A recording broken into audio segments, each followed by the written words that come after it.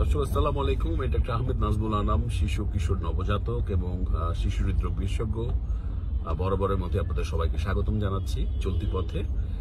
এই চলতি পথের আজকে যে 23তম পর্বে আপনাদের আমি জাস্ট কিছু টিপস দেবো আজকে। যে ডিম আসলে আমাদের একটি অত্যন্ত প্রয়োজনীয় খাবার, বিশেষ করে আমাদের বাবুরা, অনেক বাবুরাই ডিম খুব আগ্রহ নিয়ে খায় এবং ডিমে যে প্রোটিন আছে সেটা ফার্স্ট ক্লাস প্রোটিন। বাবুদের স্বাস্থ্য গঠনে আমরা সবসময় বলি ক্ষয়পূরণ এবং বৃদ্ধি সাধন প্রোটিন এবং ফ্যাট যেটি আছে সেটি তার বাবুর জন্য খুবই আইডিয়াল। কিন্তু ডিমের ক্ষেত্রে আমরা কিছু ভুল করি, যে এই জিনিসগুলো আমি একটু আপনাদের মনে করে দিতে চাই। যে ডিম খুব ভালো একটি খাবার, কিন্তু ডিমের ভিতরে খুব সহজে কিন্তু ডিমটা ইনফেক্টেড হয়ে যেতে পারে। এবং আপনি জানেন যে টাইফয়েড যে জ্বরের যে জীবাণু, যে সালমোনেলা, সেটা কিন্তু এই ডিমের ভিতরে খুব দ্রুত ডিমটাকে ইনফেক্টেড করে ফেলতে পারে। এবং এই কারণে আপনি বা আপনার বাবু যখন ডিম খান তখন কিন্তু এই টাইফয়েড জ্বর বা সালমোনেলা বা যেটা গ্যাস্ট্রোএন্টারাইটিস, বদহজম বলো বা ফুড পয়জনিং হওয়া, সেটি কিন্তু হতে পারে। সুতরাং এই ব্যাপারটা খেয়াল রাখতে হবে। তো কিছু জিনিস যদি আপনি এনশিওর করেন তাহলে এই জিনিসগুলো, যে ডিমটা ইনফেক্টেড হয়ে যাওয়া থেকে আপনি রক্ষা করতে পারবেন। তো আমরা যেটা বলি যে অবশ্যই আপনি যখন বাজারে যাবেন ডিমগুলো ফ্রেশ ডিম কিনবেন। অনেক সময় দেখা যায় দোকানদাররা যে ফাটা ক্র্যাকওয়ালা ডিমগুলো রেখে দেয়, এবং যেটা ফাটা ডিম থাকবে তার মানে সেটা ওপেন থাকবে, তার মানে জীবাণু কিন্তু খুব সহজে ঢুকে, যে সালমোনেলা ধরনের জীবাণু খুব সহজে ডিমের ভিতরে ঢুকে যে ডিমটাকে ইনফেক্টেড করে ফেলতে পারে। এবং আপনি পরবর্তী যখন ডিম খাবেন তখন টাইফয়েড বা ফুড পয়জনিং সব বিভিন্ন রোগ আপনার বাবুর হতে পারে। আরেকটি ব্যাপার যেটি, যে অনেক সময় আমরা যেটা করি, ডিম এনে আমরা ডিমটা ধুয়ে তারপর আমরা করি, অহেতুক আমরা ধুতে থাকি।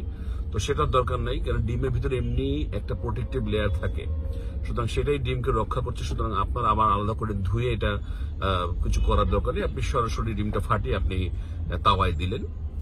আর অবশ্যই ডিম যখনই আপনি ধরবেন আপনি নিজে হাতটা ধুয়ে নেবেন, কারণ আপনার নিজের হাতেও যে জীবাণু থাকে সেটা সরাসরি ডিমের ভিতরে ঢুকে যায়, তাহলে কিন্তু ডিমটা সরাসরি আমাদের পেটে ঢুকে পড়তে পারে। আমি বারবারই বলছি যে এই কারণে সালমোনেলার যে ইনফেকশন সেটি হতে পারে। আরেকটা যেটি প্রবলেম, অনেক মার আমাদের বলেন, স্যার ডিমটা কি একটু হাফ সেদ্ধ দেবো নাকি হাফ পোচ করে দেবো। আসলে এইখানেই প্রবলেম। আপনি ডিমটাকে ফুল বয়েল করতে হবে, এবং ডিম যদি আপনি ফুল বয়েল না করেন বা ফুল ভাজা দেন এবং একদম ভালো করে পোচ না করেন, তাহলে কিন্তু জীবাণুটা থেকে যেতে পারে এবং এই জীবাণু কিন্তু ইনফেক্টেড করে ফেলতে পারে।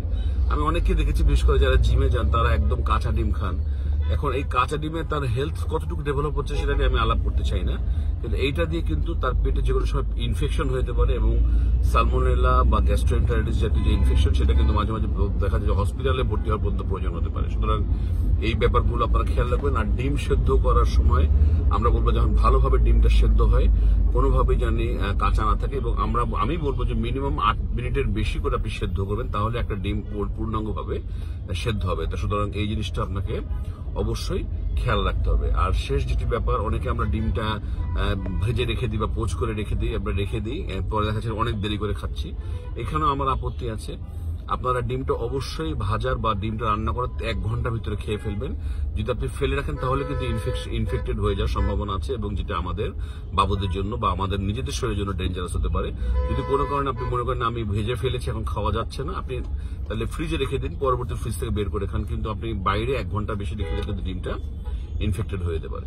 তো দর্শক, ডিম নিয়ে আমি আপনাদের সাবধান করে দিচ্ছি। ডিম অত্যন্ত একটি প্রয়োজনীয় খাবার আমাদের ডে টু ডে লাইফে, কিন্তু আপনি যদি সঠিক উপায় ইউজ করেন তাহলে এর পূর্ণাঙ্গ ফলাফল আপনি পাবেন। আদারওয়াইজ বিভিন্ন টাইফয়েড বা ফুড পয়জনিং সহ বিভিন্ন রোগের ঝুঁকি হতে পারে। আজ এ পর্যন্তই। পরবর্তী নতুন কোনো টপিক নিয়ে চলতি পথে আবার হাজির হব। সেই পর্যন্ত বরাবরের মতোই আমার ট্রেডমার্ক স্যালুট। আল্লাহ হাফেজ।